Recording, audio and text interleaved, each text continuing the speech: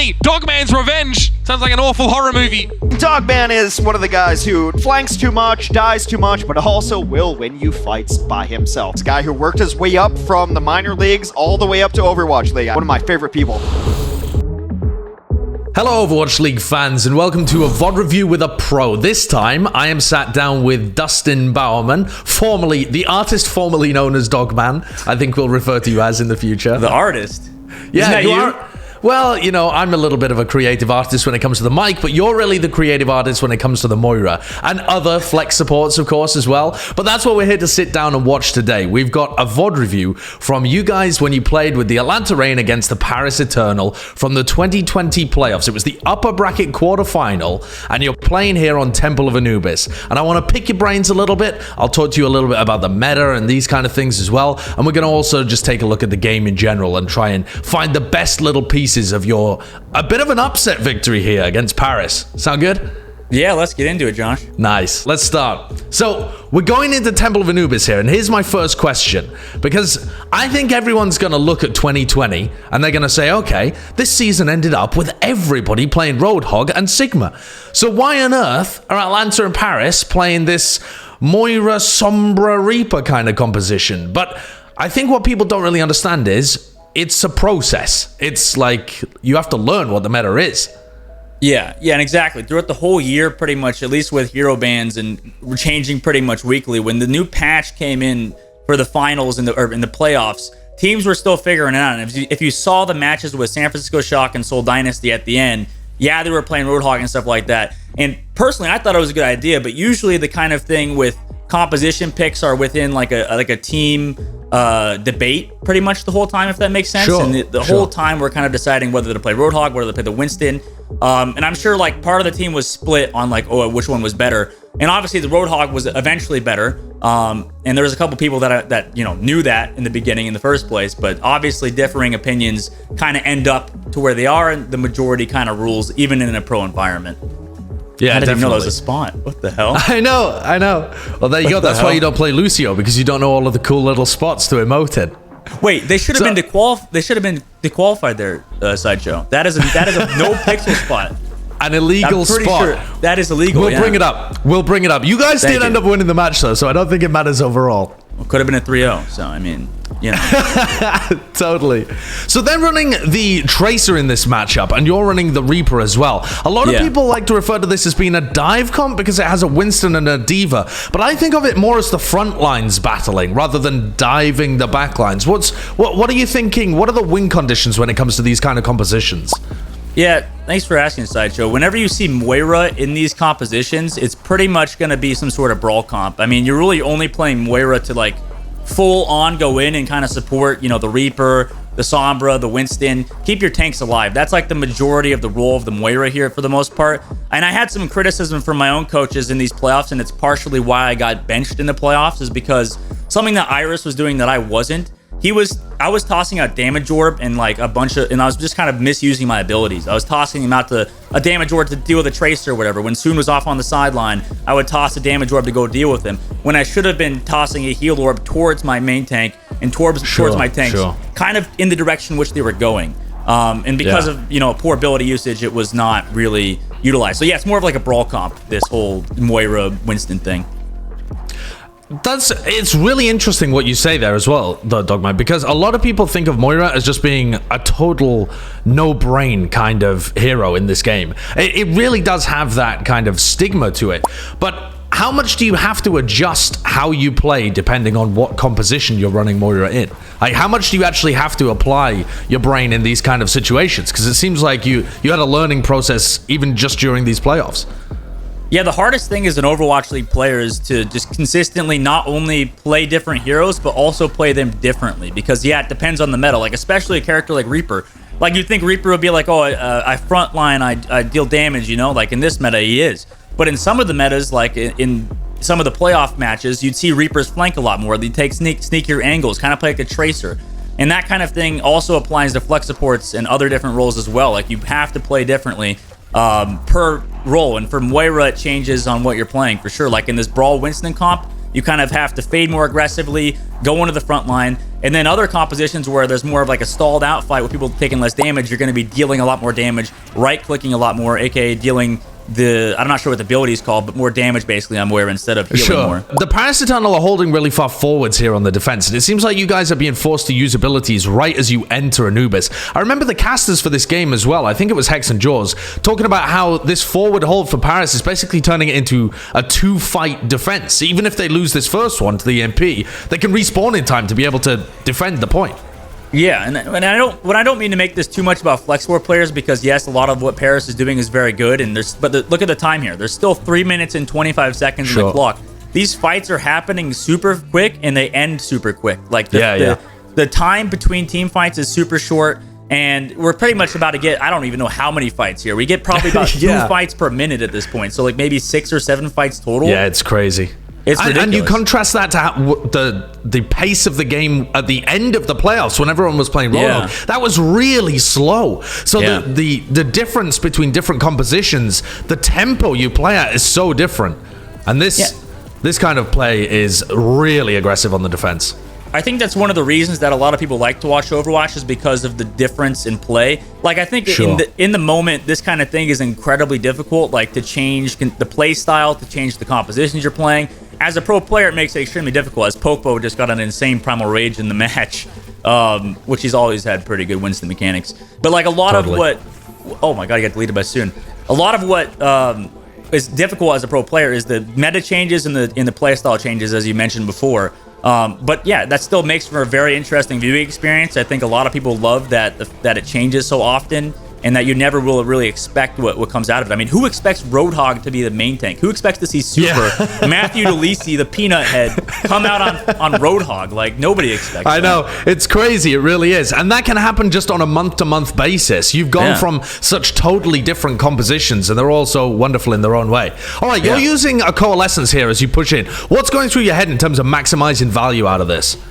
So basically what the coaches have said, what a big thing is on support players, is to keep track of not only your main support, so you don't double ult, so you're not ulting over each other. As you notice, I coalesced in first, so that it would maybe force Sparkle's EMP. Because for the most part, okay, so this is a little bit complicated. I probably should break it down a little bit.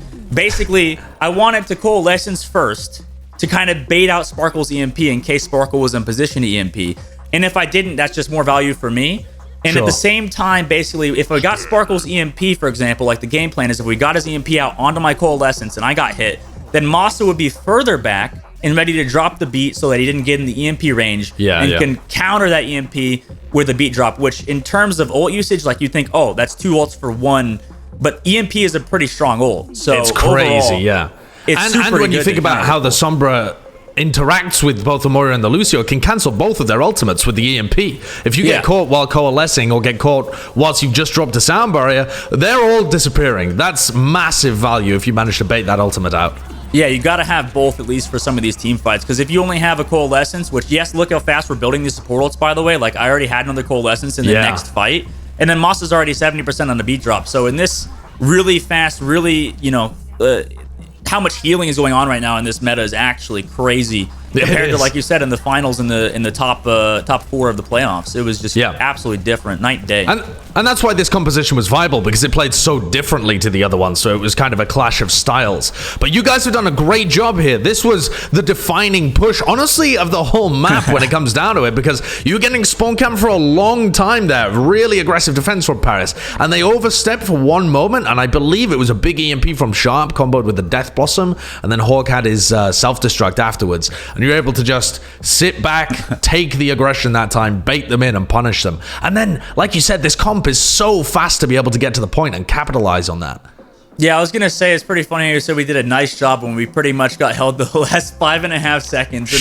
They just absolutely destroyed us for like 5 minutes straight. But that's the thing with Overwatch and Overwatch League, is that you got to be consistently playing to your hardest, and you got to be pretty much ready and never giving up. I think a lot of people in the ranked games or whatever are going to experience individuals that'll be like, oh, it's over, man. We got a Symmetra player or whatever. At 3 minutes left to cap the second point, I'm like, we got a game to play, dude. There's like 3 minutes left in the damn game. You got to keep going. And I think that's a lot of teams in Overwatch League have pretty good mentality. And And that's why you see even teams like Boston Uprising managed to make even somewhat of a challenging run at the end. You know, even though they didn't do good the whole year, they still kept in it. You know, you got to keep strong. You got to keep mentally strong, because that's the biggest part of playing an Overwatch League, is staying strong. It's a long season. Everybody's insane. Everybody wants to win. I mean, think about it. You have to be playing at the best and keep your mentality so strong when you pretty much know that Shock's going to win every year. Like, imagine how hard that's going to be when you just know you're going to lose at the end of the year, dude. Everybody wants to win, but nobody does because Shock's too good. Well, the Shock wins. I mean, someone wins at the end of the day. Yeah. Paris beat them once, and you guys managed to beat Paris. So, I mean, process of transitive property, you guys are the best team in the league, right? They had the Genji Doom meta, man. Paris was never good. They just got carried by Sparkle, dude. Come on, man. Wow, okay. I mean, he's doing well in this match as well. Yeah, but the problem is he's on Sombra. He's not like on a carry character. I mean, Soon's a great player. They had a lot of good players. Yeah, Sparkle's not on Genji or Doomfist or what's his other one? Farah, you know? Yeah, his Farah's really good as well.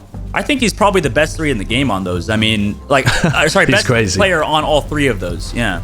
But not on hit scan as much. This is nice work as well, pressuring out Sparkle, and you can see how fast these rotations are right at the beginning. With the speed boost and with the mobility of all of these different heroes, you move around the map so quickly, kind of trying to block different avenues of rotations. Massa coming up top, making sure he gets the information that they're all rotating, so that you're in the right position for the team fight. I feel like that doesn't happen enough in ranked at all. People don't really scout effectively. Yeah, everyone's kind of playing pretty safe in ranked, I think, for the most part, or it's either people are playing too aggressive or not aggressive enough. And that's just because of team coordination. Like, a lot of Overwatch and a lot of Overwatch League, especially in GOATs, for example, like, a lot of it's trusting where your teammates are going to be, where you're going to be, and kind of moving on the same page. And you see characters like Moira, like Reaper, like D.Va, like Winston, like Lucio. Like, a lot of these characters, I think, individually, like, their skill caps are somewhat high, but there's a lot of leeway from what you can do. And like, there's no skill shots we have to hit. There's nothing we have to like actually aim. There's no Widowmaker that needs to aim. So pretty much the basics. The reason that we wanted her on this comp is because this is like the safe comp. This is like the easier, less skill cap comp. I mean, you say less skill capped, Dustin, but you just dodged that EMP with your Fade, and then you're using Coalescence to save all of your team. So that's not bad.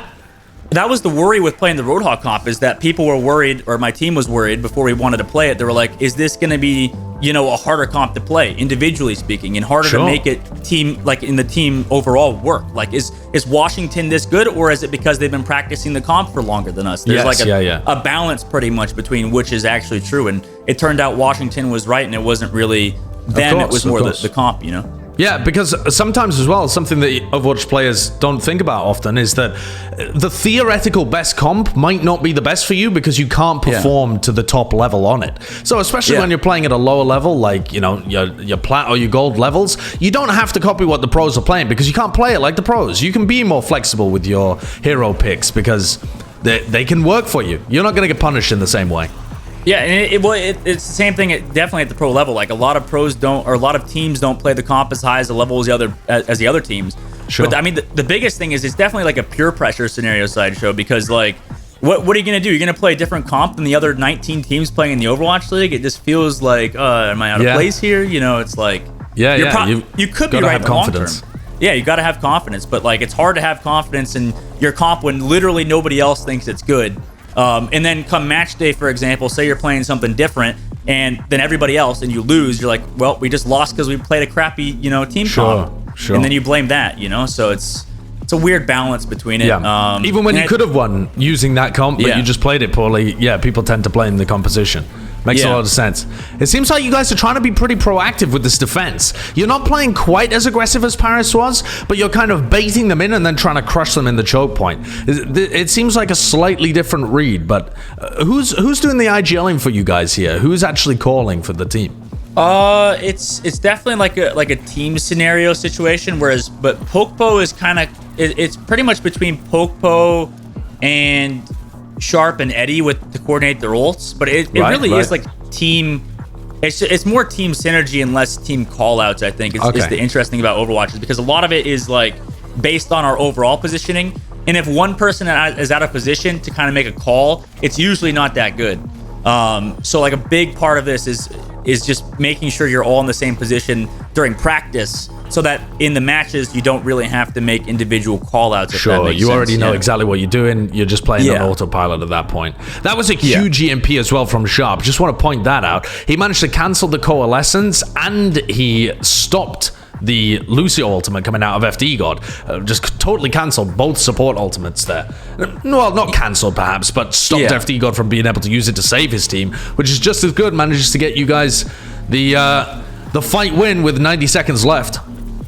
Yeah, and it's interesting because it looks like Paris as well has now made this counter, because they had the ult advantage coming into this fight.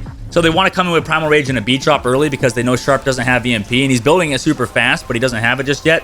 But it looked like Paris used so many ults on this point just to kind of clear out one person. So if we potentially got a pick here and got our ults off, like Poke could delay with the Primal Rage for a little bit.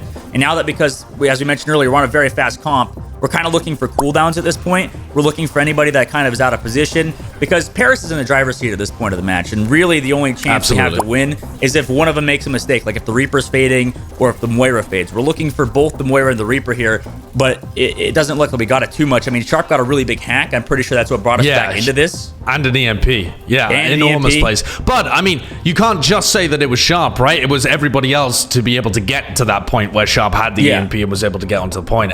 The tank stalling really nicely, and then forcing cooldowns and abilities. And ping-pong them on the point.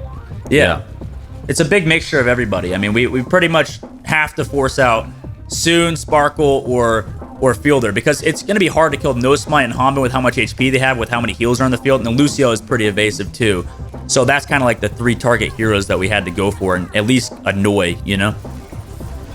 But there's no really big ultimates available for you guys here, just your Coalescence, so still a tough situation to be in, and that EMP catches 6. Oh, poor Massa, he's at 95%, just hoping that he's going to be able to get it off. Yeah, and it looked like he got it off, but it looked like it was a second too late. And that was, I remember him actually thinking the match, he was complaining about that. He was like, oh, because, I don't know, Finnish people like to curse a lot, you know? So I'm sure he sent in some cuss words there and tried to get the beat drop within time, but he didn't get it and was upset with himself, I'm sure, after it. It's tough, man. Very close as well to Poke being able to pop his Primal and delay for even longer. So there's only a very small, crucial window for Paris to be able to get in there and actually execute. Yeah, I wonder what the stats are on how many ults are used in this game, Sideshow, because it seems like, at least when playing it, you just could pop a Coalescence and in the next fight you'd have it up. And you'd pop Primal Rage, you get it up in the next fight. Like, the amount of ults generated is actually insane in this meta compared to others. It really is, sure. It's so high tempo and a lot of damage being used and a lot of healing being done as well. I think your very first Coalescence when you're attacking was in like about 30 seconds, which is just crazy. Well, I think a big thing, we could time you this time if you want. We can put a stopwatch on you and see how we could try you manage to get your ult. We could try. I think a big thing, by the way, Sideshow on Moira that I did want to touch on earlier was that Moira players, like especially in this meta where there's nothing that can one-shot you. I mentioned how you want to be looking for like damage and stuff like that. A lot of the best Moira players, especially in this meta, will kind of get away with playing more frontline Moira, because if you think about it, there's nothing really to one-shot you. There's no Widowmaker. There's no McCree Flashbang. I mean, there's a Sombra hack, but there's nothing that really is going to stop you from playing super aggressive. So a lot of the best, and the Sombra's not going to be able to get a hack off if you try it in the middle of a team fight. You just hit them with your right click, you tick them a little bit, and you're good to go. Let's see. Yeah, so it's less. You don't have to really think about saving your fade for anything massive outside of like EMP and that kind of stuff, right?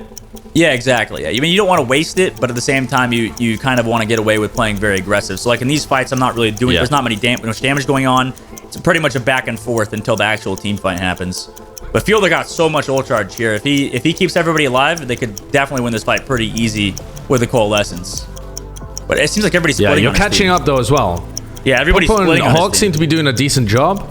Yeah, and now you guys have managed to kite this pretty effectively. You actually have your own Coalescence to be able to come back in with. Yeah, and EMP. And the EMP. Wow. Sharp was so fast at building that up. Yeah. Well, that was because of how much damage. It seems like these opening engagements are so much because of It seems like these opening engagements are so much because of ultimate generation and how quickly you can get them. For sure. Yeah, it's a lot based on like you think you're getting a lot of heals, But at the same time, the more heals you're getting, the closer to your Coalescence, the closer their Sombra is the EMP. I mean, that's the big ult that comes up, and Sombra farms it very fast. She has, what, 60 bullets in a clip or something like that, and reloads very fast. So it's a huge amount. She gets ult very fast as you get Coalescence, basically. A little bit slower, but you can kind of like re-engage like we did. We still lost the fight, though. Oh, but Edison exactly. Still lost the fight at the end of the day as well. But this one was a good defense. A really nice counter death blessing pin out from Edison, just to be able to shut Soon down as well. And Hawk making sure he uses his defense matrix to stop most of Soon's damage. You've managed to control and stem the bleeding. I want to ask you a bit of a question here about your mentality, though, because when you're looking at this and you're saying, okay, it's 1 minute to be able to capture point A. Are you feeling, in this meta specifically, in this game, in the playoff scenario when there's a lot of pressure on you guys, how are you feeling in terms of coming into this next round? It looks pretty doable to get a draw, but to get a win seems a bit of a stretch. Yeah, I think you always want to go for the win, and especially with this meta. I mean, we stopped Paris there, I think, pretty luckily.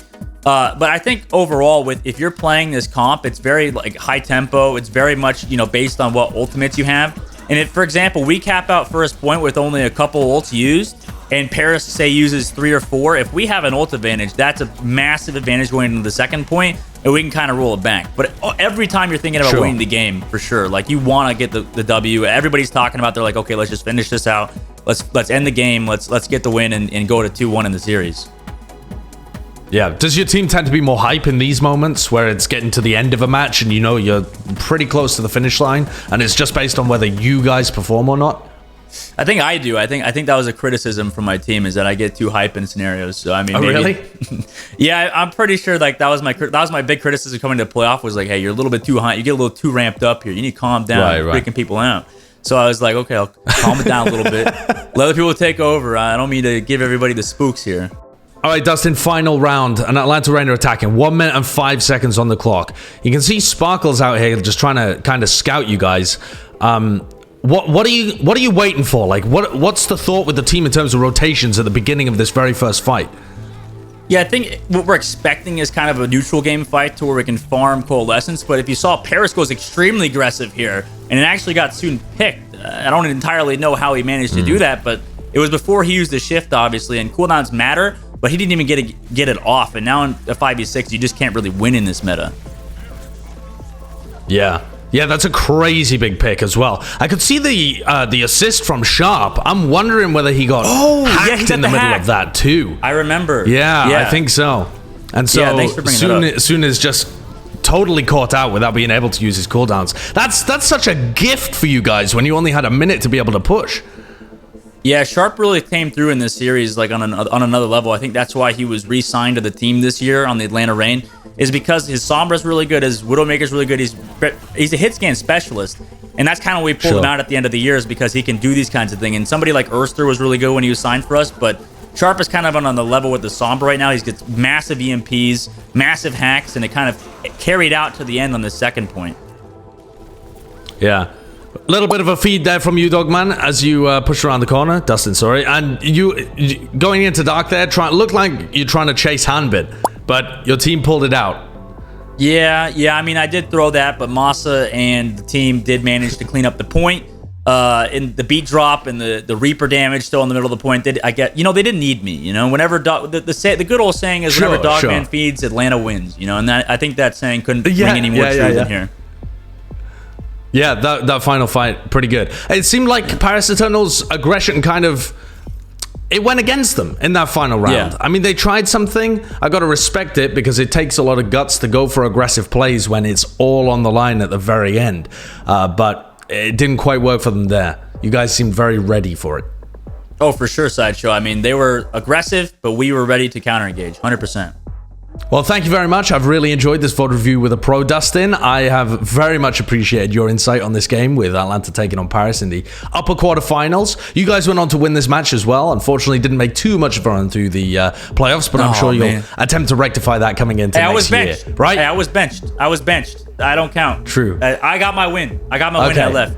Yeah, I think Atlanta Reign can have a chance for the finals, you know, but yeah, Shock still exists. So Okay, yeah, exactly. We'll be happy with second place behind the Shock. That's perfectly fine. And for anyone who's out there as well watching the YouTube channel who's an Overwatch League fan, make sure to like and subscribe the channel for future videos like this and a bunch of other stuff coming up in the future.